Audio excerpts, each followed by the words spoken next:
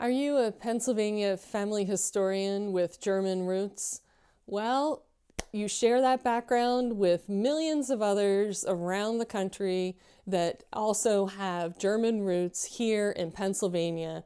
Your ancestors likely came here in the 1700s or 1800s, and luckily the Germans kept really great records, so you were probably able to trace your ancestors back to their county and maybe even to the ship that they arrived here on.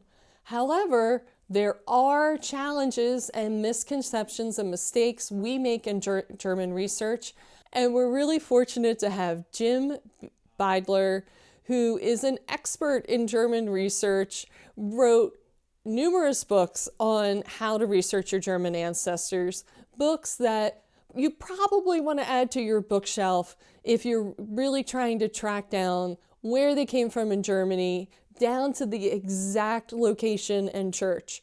So Jim is going to fill us in on mistakes people make in their German research, great resources to use, and also his hopes for the future in terms of genealogy. He's been at this for decades, and people like Jim, we want their wisdom, we want their experience, so we don't make the same mistakes that were made before. Jim is also going to tell us about an exciting International German Genealogy Conference coming up this July, and the link for that will also be in the show notes. There's a special discount if you register before the end of March. So if it works out for you, this might be a great opportunity to take the resources that Jim provides, as well as the future conference, and really make that big difference in your German research. And now, here's Jim.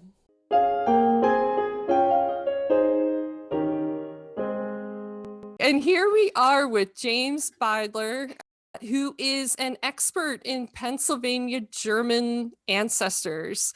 Jim, welcome to the podcast. I can't wait for you to tell us a little bit about yourself and also about your earliest Pennsylvania ancestor. I know you've got to have them with all your research. Well, thank you very much. I'm delighted to be on the podcast, Denise. So, yeah, it took me a long time before I found an ancestor who was not from Pennsylvania.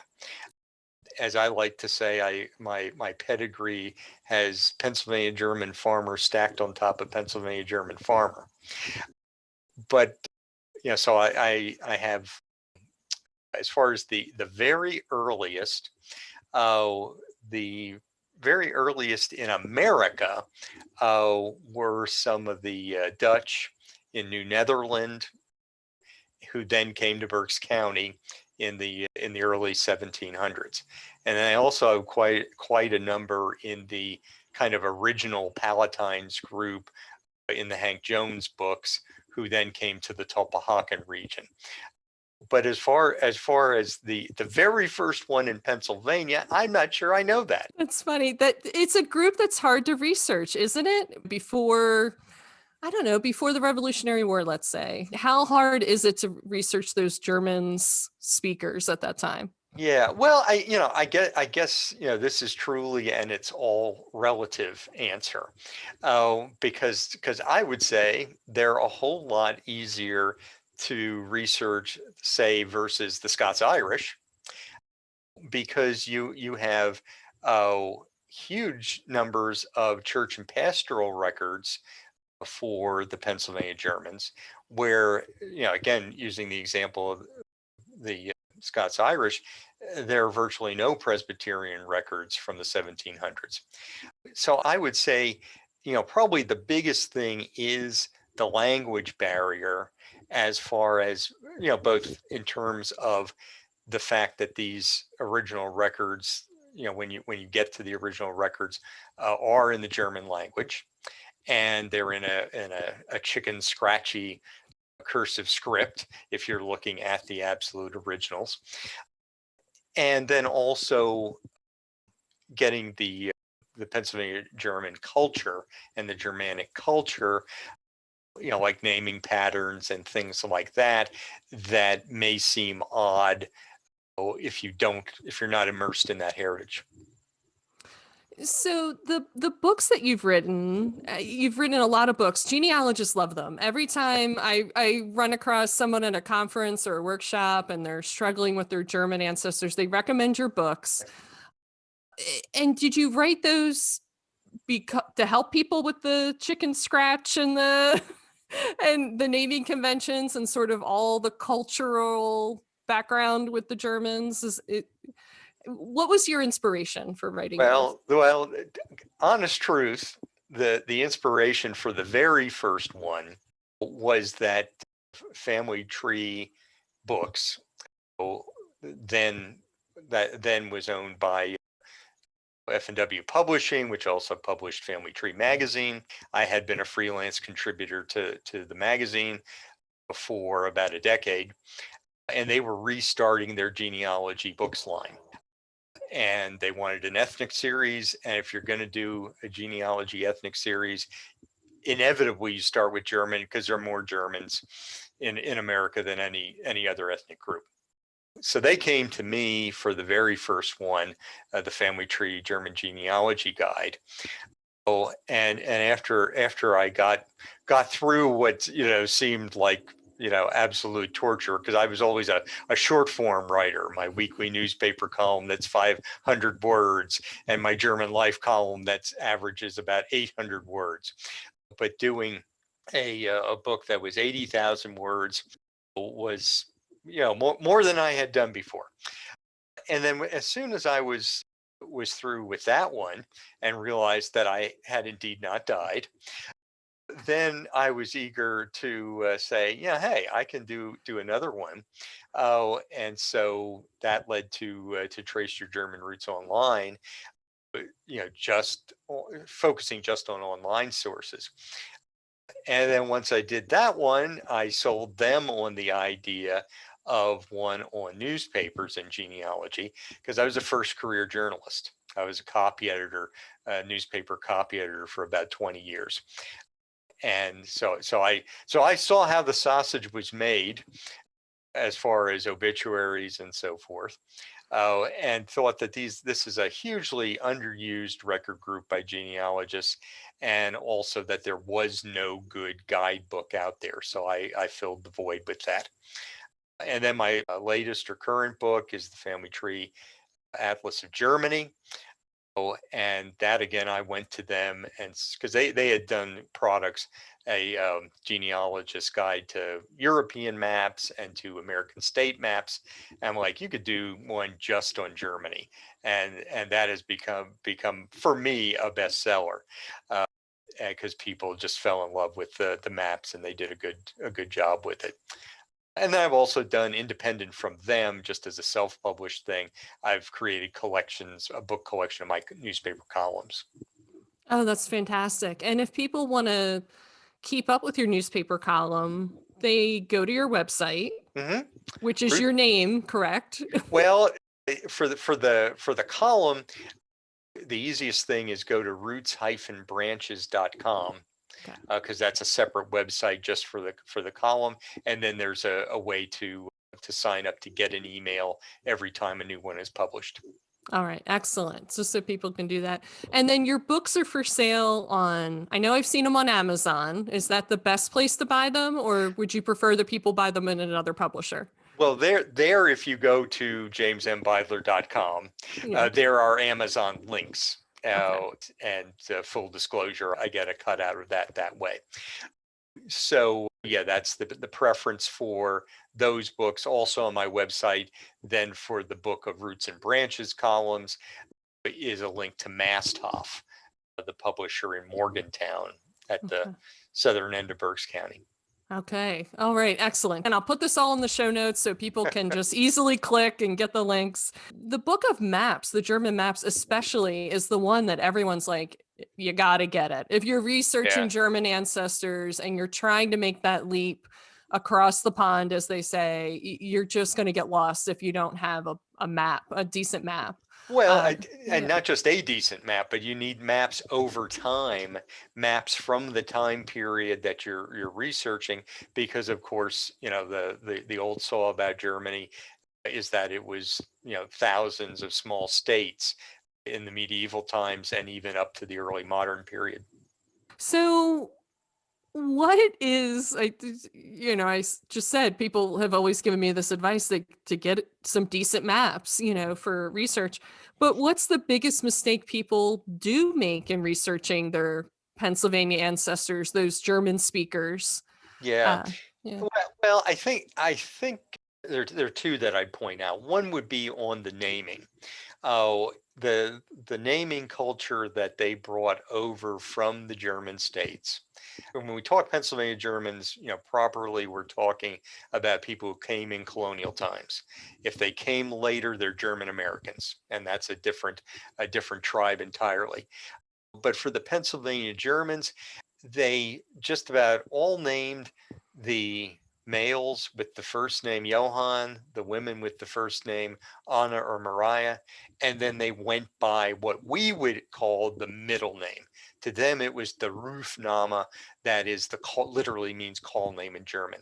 So you would have in a family a Johann Sebastian, Johann Samuel, Johann Peter, and they go by Sebastian Anton Peter. Oh, and so this is very confusing to people, because people will see a reference to a Johann Sebastian and a Sebastian, and then somebody using the nickname Bastian, and they'll think they're three separate people when they're really all usually just one man. So that's the first thing, and then the second thing is being a little too blindered as far as use of those church records, because I find loads of people who get the wrong geographic clues of thinking, well, it's only, the only church records that are going to apply will be the ones closest to where my ancestor lived. And with, especially in the 1700s into the 1800s, as the pastors rode circuits, baptisms and marriages and even burials end up in different places. You may be familiar with Schwarzwald Church in eastern Berks County. Well, loads of people say, oh yeah, and I know my ancestors were married at Schwarzwald Church. And I laugh, because then I see they're actually from western Berks County, and I can pretty much guarantee them they never set foot in Schwarzwald Church. But the same pastor as was the pastor there, was the pastor of their church elsewhere. And that's how they ended up in that book. And then likewise related to that is many of the pastors kept their own personal registers that they may or may not have entered into congregational registers. And so to do a full search, and this is a meat of one of my lectures on finding Pennsylvania Germans, is start yes with the church closest to where your ancestor lived, but then radiate out and make sure you're checking other churches in the same parish, whether there are private pastoral registers from that era, even into other counties, cross county lines, for ancestors who live close to those county boundaries. And that's a huge thing that you just mentioned, that the minister could be coming to them versus them going to the minister. I think people sometimes, with our modern transportation and our thinking, I mean, to go 40 miles is like no big deal. But to go 40 miles in 1760 was a huge deal. I That was a mean, couple days ride, yeah, exactly. exactly. I've had people try to convince me that their ancestor went to this church on Sundays that was 40, 50 miles away. And I'm like, what? They'd spent 3 days getting there and 3 days getting back? Like, it's just, Presentism is, yeah, which I say is, exactly what you said, putting modern times, putting your modern thoughts about how things are into the 1700s. That's something you should always be guarding against. But yeah. but yeah, back when I was still doing professional research on my own, I received an email from somebody who was claiming that they had a table of children for a pair of ancestors lined up, and first one's baptized in Schuylkill County, the next one in York County, the next one Schuylkill County, the next one York County. And I just immediately laughed and went back to him and said, well, you've got at least two families that you've put together here, because exactly what you're saying, these are communities that are far, far apart, and they would not be moving back and forth between likely once, let alone several times. Right, right. And for people listening that aren't familiar with the topography or the geography of these places, I mean, we've got hills, we've got creeks, close to rivers sometimes, like fast moving waters. I mean, this is not easy. It's not flat. It's not an easy trip to get around these places. Exactly, Yeah. exactly. So I wanted to ask you this question because I guess with the pandemic going on as long as it has and all the changes going around in our country, I've just been thinking a lot about the future, and like what's next in genealogy or what's next for all of us. What is your hope with all your experience in genealogy and all your years in? Like, what do you hope the next generation picks up and carries on into the future? Because I think we're going to see some pivots, and I don't know what they are. I have no crystal ball, I have no prediction, but I think we're going to see some pivots in genealogy in terms of our focus or maybe our interests, as genealogists. So, what do you hope people pick up or carry on like 20 years from now or 10 years from now? Yeah, yeah. Well, and this is something I think about. I had a good mentor in John Humphrey, who died way too young, way too soon, and I'm now just 4 years younger than he was when he passed. And so yeah, I've thought a lot about this, and I have you know been trying to mentor people and recommend other genealogists for lecturing and so forth. And the big thing I see as far as bigger picture, and I see this also at Legacy Tree Genealogists, where I'm a research reports editor. Oh, the mechanics of putting together a family tree have gotten easier with ancestry, with the digitization of things on family search.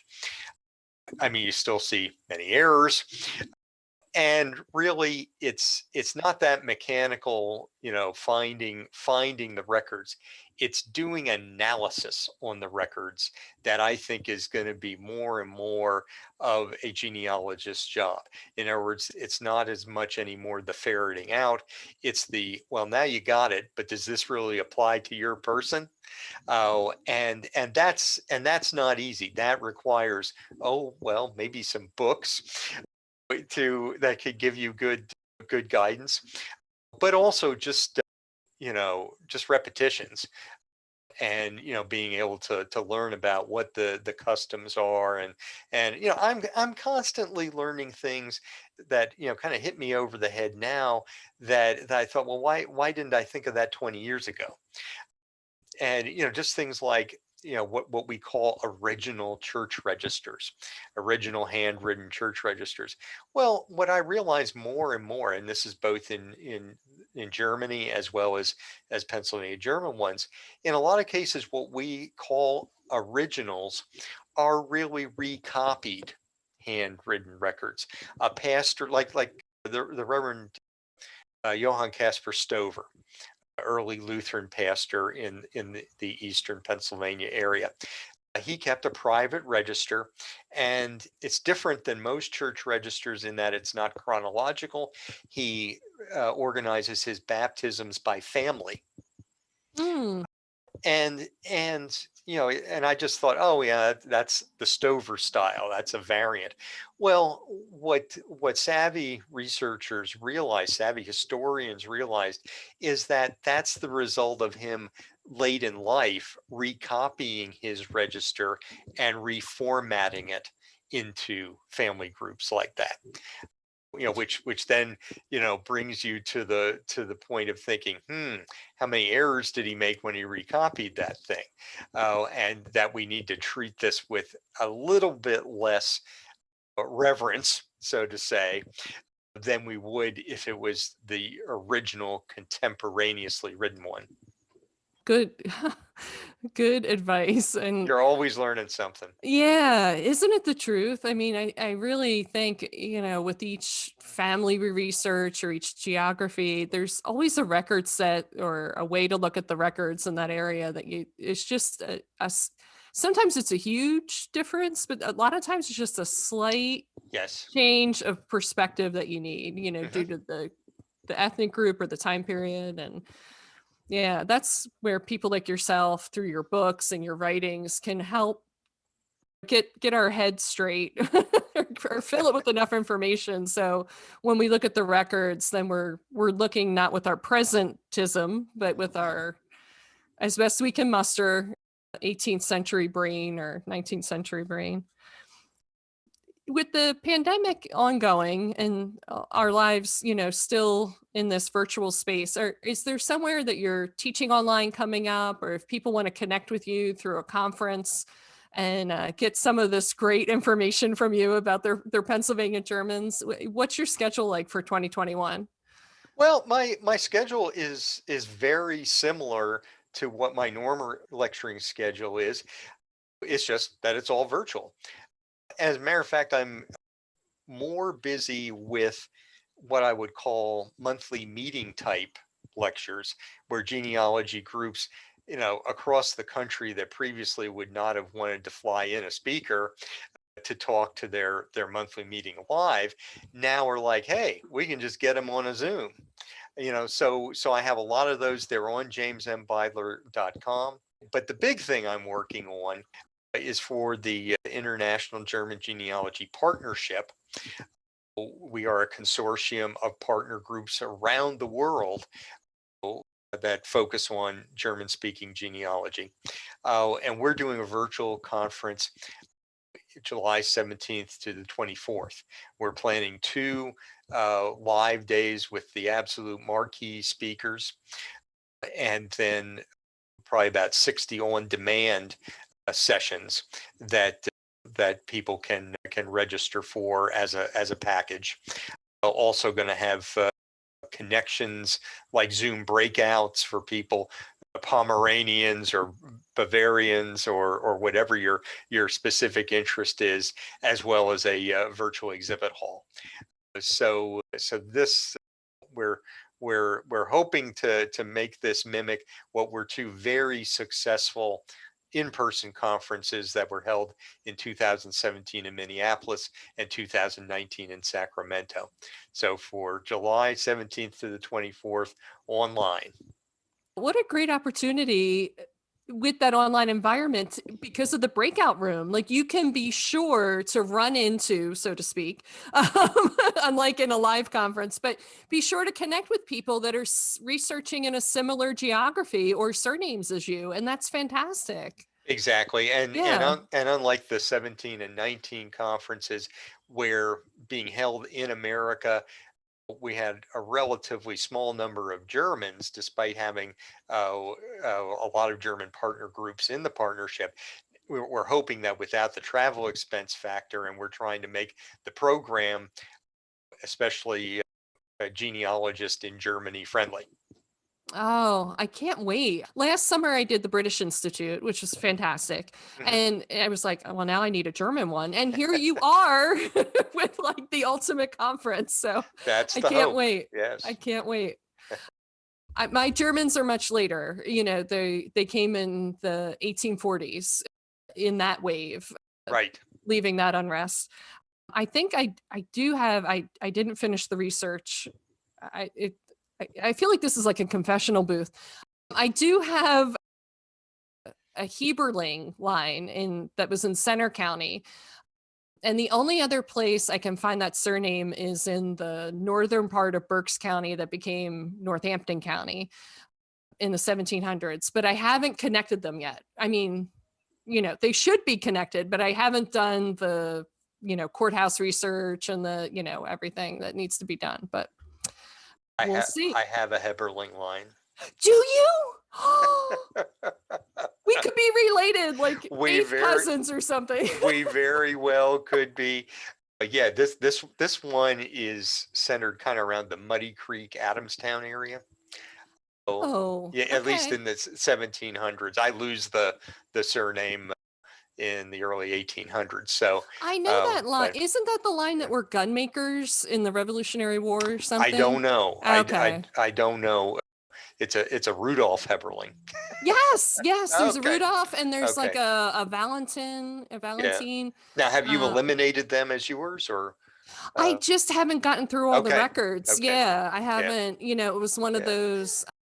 I get obsessed with this line I have in Montgomery County because the one guy was orphaned. And so every Yeah. time I go to like HSP, I end up like researching this line. But I want to get back to these Heberlings or Heberlings or whatever, because it's a neat family, those early settlers. Every time I research a line, don't you just like sink into the time period and you just become, I don't want to say obsessed because that makes it sound like it's not healthy, and it's totally healthy and normal.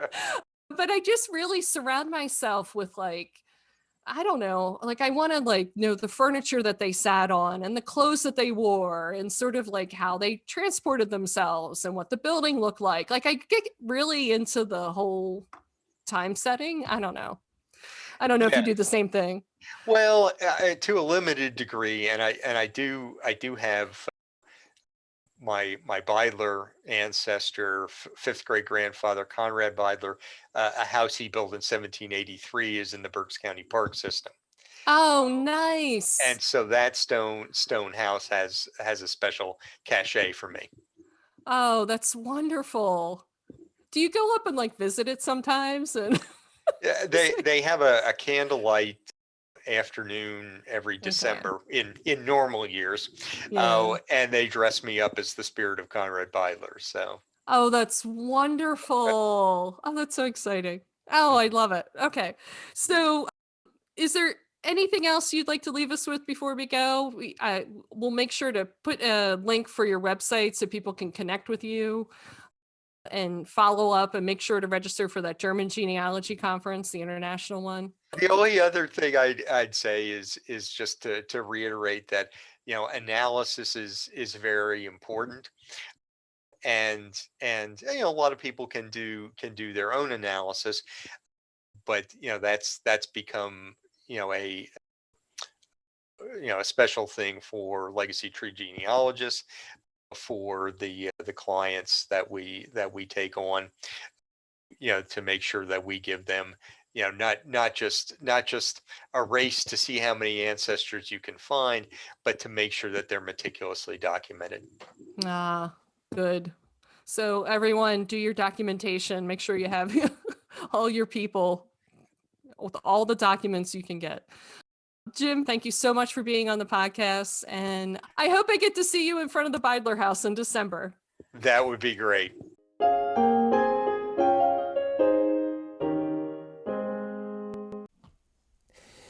Did you enjoy the part of the episode where Jim and I discovered that we could be like seventh or eighth cousins through a distant ancestor whose last name is Heberling or Heverling? That was quite a surprise, but that's the way it is when you do Pennsylvania research. You go back far enough, and we're even closer than 6 degrees of Kevin Bacon here in this state. So stay tuned for the future when archives and courthouses open back up, and maybe I solve the mystery if James Beidler and I are in fact related.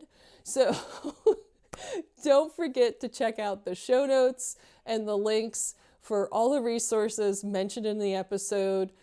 Would love to hear from you at paancestors.com. If there's something you'd like to see on an upcoming episode, the next season will be released at the end of May. So we're going to wrap this up before Easter, which is coming up shortly. I know, hard to believe because we're deep in snow here in Pennsylvania. So this is Denise Allen, getting ready to dig out of more snow coming in Pennsylvania. And I hope you make lots of discoveries on your Pennsylvania ancestors.